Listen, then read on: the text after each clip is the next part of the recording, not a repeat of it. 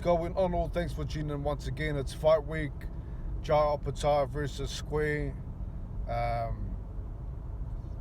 You know, there's two different levels here. You know, both guys are undefeated. Squeo, I believe, has got over 50% knockout ratio. Opetaia, close to 80. You know, two-handed, quicker, faster, more power. Obviously more known. Better names on the resume. You know, this is clearly a stay busy fight for Opetaia. Squeo, you know, he doesn't really bring much to this fight that Josh should be worried about. You know, like I mentioned, just over 50% knockout ratio.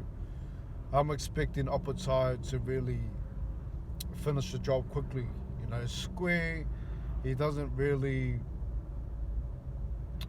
have anything in his toolbox that will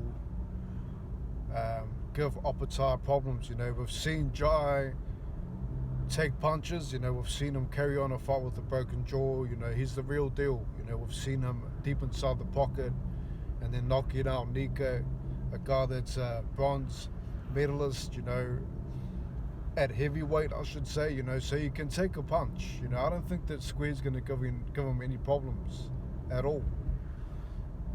Squeo is slower. He likes to come forward. He's shorter. He also likes to hook. You know, he's a hooker. He likes to throw wide shots. I can see this fight ending in a devastating knockout from Jai. I think that Squeo will think that he's bigger, stronger, and will try to impose a size on Jai, and I think that Opetaia was going to use that straight left and catch Squeo in the face, I should say. You know, he's going to catch him with a clean shot. He's got enough time to do it. You know, like I mentioned, he takes wide shots. He's slower. With Jai, you've got to be quick. You know, the last fight, he knocked down Nika unconscious. You know, this is a two-handed fighter. The first knockdown was a right hand, you know, against Nika. So, I mean, Squeo's in trouble. Italian boxer.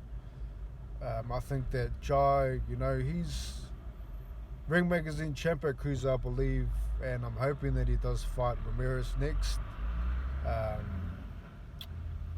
But, you know, if anything, I want Opetaia to fight Usyk. You know, both guys are phenomenal talents. You know, everyone knows that Usyk is in the top pound for pound. You know, one of the greatest ever heavyweights. Definitely a Hall of Famer, both of them, in my opinion. You know, Usyk and Opetaia. That's the fight that I want to see. You know, before Usyk moves on with the sport, he says he's got 2 more fights left in him. There's also Jack that's available at cruiserweight, but I want to see Usyk versus Jai at cruiserweight, you know, before Usyk hangs up the gloves. Obviously, you know, if it gets past Dubois, which I'm expecting him to get past Dubois, I think that Opetaia will definitely give Usyk problems if they fought. So, I mean, this fight here is basically a stay busy fight for Opetaia. You know, he's, in my opinion, being avoided from many fighters. I'm expecting Turkey to put up a big fight for him in his next fight, you know, after he takes care of Squeo, after he knocks him out. I'm predicting a 3rd round knockout. I just don't think that Squeo has what it takes to avoid Opetaia and to stay away from the power. Southpaw guy with the big left hand, you know, very hard to avoid. So, I mean, this fight here, definitely a stay busy, voluntary title defense. And I think that Opetaia will get an opportunity to fight, to unify cruiser. And then after that, I'm expecting him to fight, hopefully, Usyk. You know, that's the fight that I want to see. Let me know your take on this fight. You know, does Square have a chance? I don't think that he really does. You know, Opetaia is too crafty, too strong, moves too quick.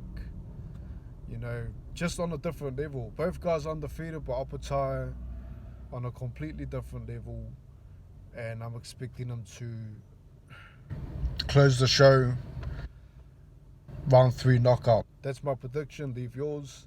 Look forward to the comments, and I'll catch you next time. Peace.